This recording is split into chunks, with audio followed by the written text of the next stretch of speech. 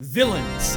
Love them or hate them, it's rare to see a story about conflict without them. Because without villains, there's not really much of a conflict. And throughout the many, many years of great fictional stories, we've had some fantastic, memorable, and iconic villains. And also, some really shit ones. A story does not need a complicated villain to be good. A lot of things focus on the hero's journey, and so the cookie-cutter villain serves as nothing but an obstacle to make the hero look cool and heroic and all that good shit. But a story can absolutely benefit from a great villain, one that is as good or even better than the protagonists themselves. Now, since I love putting things in the category so much, I came up with 4 main qualities that a villain should probably have. There's probably some things I'm forgetting, but I don't care. The first is the most boring and obvious one. Being intimidating and serving as an actual threat. Most stories seem to interpret this as, make them big and scary, which a lot of things have done pretty well. Great, now you've got a cool looking hurdle. But it's still a hurdle, even if it's a pretty scary looking hurdle. What can help with this is the villain establishing that there's someone to be feared. Now, this is usually done by the villain's attempt to do evil things like... No.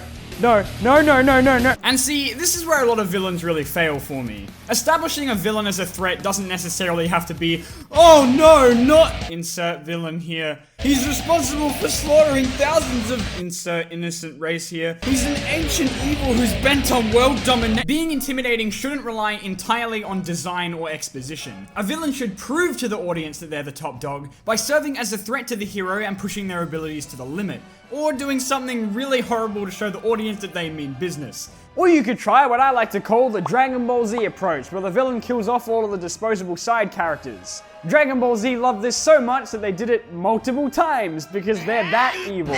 An interesting example of this is the original Xenomorph from the first Alien movie, a villain that survives entirely on intimidation and design alone. It has no personality or quirks or traits because it can't exactly talk. While the Xenomorph has absolutely got the scary design down pat, get away from me. It establishes itself as a threat throughout the film by the tension built up by the other characters in conjunction with its horrifying actions. It's a threat because we're shown what it's capable of doing, and that's exactly why the hero of the story, Ripley, is so helpless. It's a shame it's not immune to space. Then there's Megatron from Transformers Animated, who, after spending an entire season being built up as a super scary bad guy, proves that he is a super scary bad guy by beating the absolute shit out of the Autobots as soon as he finally appears. The payoff is completely there, and that's what makes him so intimidating and why we can take him seriously. Where blander villains like Zarkon or Voltron or Hawkmoth from Miraculous Ladybug falter is that while they've certainly got the design down pat, okay, maybe not, but they don't really do much to prove themselves as being threatening because all they do is sit behind the scenes and stand out orders. Curse those meddling Voltrons, I'll get them next time. They're fine villains, but to me there's just nothing special about them. And me personally, well, I'm looking for someone special. The next important quality is charisma. There can be more to a villain than an evil laugh and a deep voice. Deep voices help though. Some of the most well-loved villains of all time are ones with their own quirky character traits and personalities that make them their own engaging character. Loki, for example, is one of the most highly regarded MCU villains because he's more than just a big evil guy. He's charismatic and charming, and it's why he stood out more against the other, less favored superhero villains who, sure, did their job as being a big, scary, evil thing for the hero to fight, but in the end just kind of end up being forgettable and Steppenwolf. The interesting dilemma that this can cause for the audience is that it's hard to love them for their personality and hate them for their actions at the same time. He's funny, but he also slaughtered thousands of innocent people, so... And I think that's the interesting divide you find between fans of villains. Either people love them despite their atrocities, or people hate them because they're fucking pieces of shit who deserve to burn. A villain doesn't necessarily have to be likable to be effective. Sometimes they can be absolutely despicable pieces of shit, but if you hate them because of their actions and not because they're a boring character, then they've succeeded as a villain. Congrats, you now understand how the hero feels. But I think a villain becomes a lot more tragic when the audience can grow attached to them because they have their own unique personality traits and badass one-liners. The trouble comes with trying to balance both the charismatic part and the threatening part. Too much charisma means that no one can take them seriously and they kind of just look like a big idiot, and not enough can make them a boring character. The way I think most stories get away with this is by juxtaposing the horrific actions of the villain with their charming and charismatic personality. Like, for example, Bill Cipher from Gravity Falls. The entire show he's built up as being someone to be feared, and so it was kind of unnerving whenever he was on screen because you kept expecting him to do something horrible. But he didn't.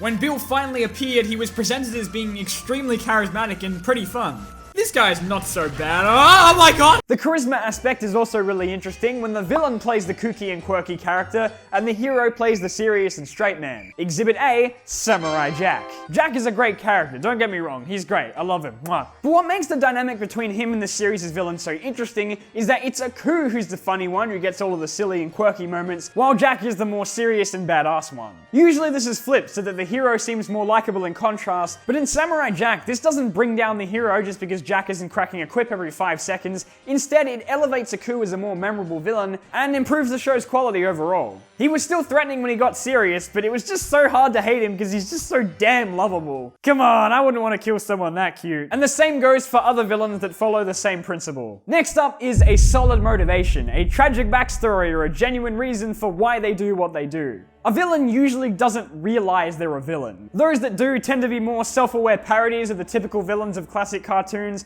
where villains were just evil for the sake of being evil. Mwahahaha.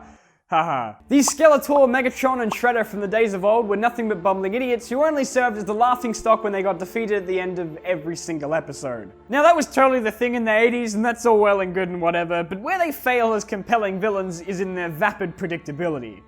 Ooh, look at me using big words. They were only evil because they wanted something they couldn't have, and their only job was to show up, monologue, get their ass kicked, and then repeat for 80 million seasons. Now, these villains are fine if that fits in the tone of the show, like Mojo Jojo of Powerpuff Girls, who was great. I'm talking more stories that want to be taken seriously. A good villain is expected to breach the boundaries of what is considered good, but it's what they do in particular that makes them so interesting. Villains with a solid motivation are the scariest and most unpredictable, because they're the ones that truly believe that they're right, and they're gonna kill off as many of your favorite characters until they get what they want.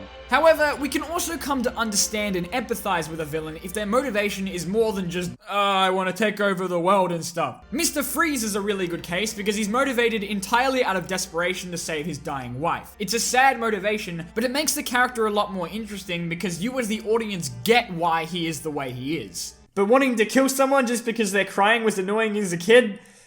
Broly, I love you, man, but come on. Finally, one of my favorite things in a villain is when they're equal to the hero. Their perfect match, their equal opponent, the yin to their yang, the bad review to their Sonic the Hedgehog game. Now, you don't want to make your villain nothing more than a carbon copy of the hero, just a copy, paste, and palette swap, because then you're no better than DeviantArt. But where a villain that meets the same level as the hero becomes interesting is seeing how one triumphs over the other.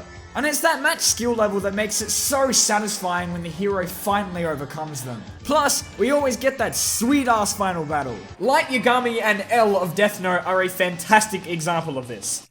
I know I talk about Death Note a lot, but just hear me out, okay? What makes these two so interesting is that either one can be the villain depending on how you want to look at it. Death Note puts this question to the viewer. Is Light the villain because he's the tyrannical and terrifying hero who wants to bring his own version of justice into the world? Or is it L, who eats so much food and yet will always be skinnier than I'll ever be? Regardless, it's these two's equally matched status that makes their dynamic so interesting. Despite a few absurd scenes, Death Note is really about these two trying to triumph over one another by constantly trying to outsmart each other. They're equally matched opponents, and because of that, the series has to be really inventive in how it progresses the plot. I don't think that a villain has to have all 4 of these qualities to be good, but a lot of my personal favorites have at least one. Because if a villain fails to be scary, threatening, or interesting, then they're really not much of anything, are they? Some of the most famous villains of all time. You got Darth Vader, Voldemort, the Joker, bam, check all those boxes. Let's start with perhaps the most well-known villain ever. If you don't know who he is, then I have no idea why you're watching this video. Vader is incredibly threatening, he's on equal footing with our boy Luke,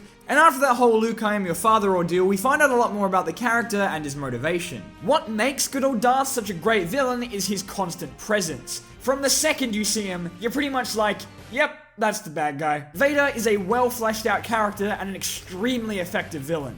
And yeah, same for Voldemort. I don't know, I haven't seen Harry Potter. And then there's the Joker, who I'm sure you've been waiting this entire video for me to talk about. Now, sorry to disappoint, but there's tons of other videos out there that analyze the Joker way better than I ever could. So, long story short, he ticks all of our boxes. Scary as shit, charismatic as hell, and a pretty compelling motivation for why he wants the world burn. But the Joker's most interesting aspect is his equality with Batman. The Joker is obsessed with Batman because to him, he's the ultimate opponent.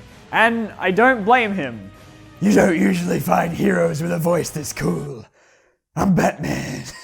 The two are probably the most iconic hero-villain pair, and it's because they're on equal footing that they're such interesting characters. Despite not having any powers, the Joker is such a powerful figure because he always finds out a way to put himself in a position where he will win. And that's the one last thing I wanted to talk about, when a villain actually wins. The Joker did this in the second best Batman movie of all time, when he made Batman choose between saving Harvey Dent or Rachel. No matter what one he chose, one of them would still die and bam, Joker wins. I spoke before about how a villain should prove that they're worthy of being a threat, and there's no better way for them to do that than to actually achieve their goal, or at the very least come really, really close to doing so. One villain in particular that I think meets all of these criteria fantastically is one that you might be familiar with from the Marvel Cinematic Universe. But Marvel movies have the worst villains, they're all the same.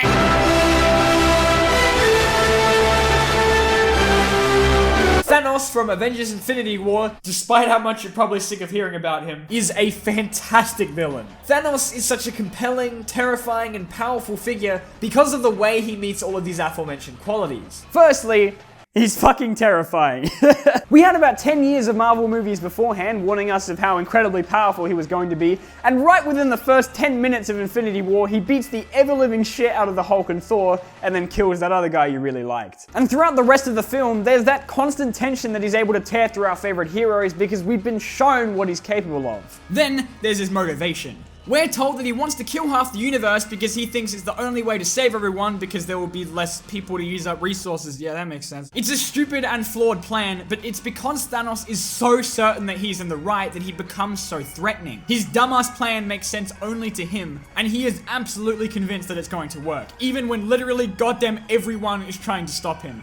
That is determination, ladies and gentlemen. Then there's the charisma, and I mean, this purple grape man definitely has a lot of that, if you know what I'm saying. But what about being equal to the hero?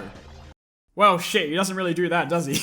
And that's because Infinity War doesn't have just one hero, aside from the Russo brothers. Thanos is one of those villains that's portrayed as being nearly unstoppable, and even the combination of all of the heroes we spent several movies with isn't enough to put him down. But that's because he's not equal to any specific character.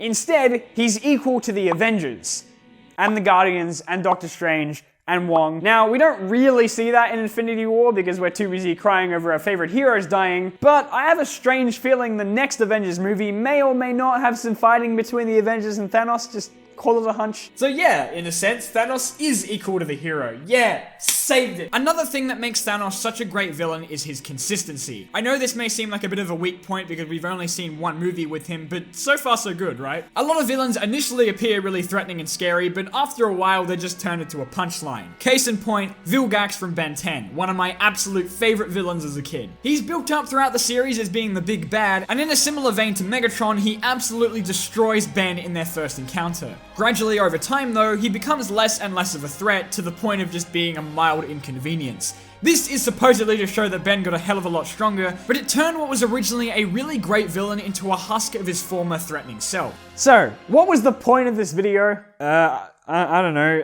that Broly is a really dumb villain? Basically, the best kind of villains are ones that are given enough development to turn out as an actual character and not just an obstacle. Thank you for watching and have a nice day.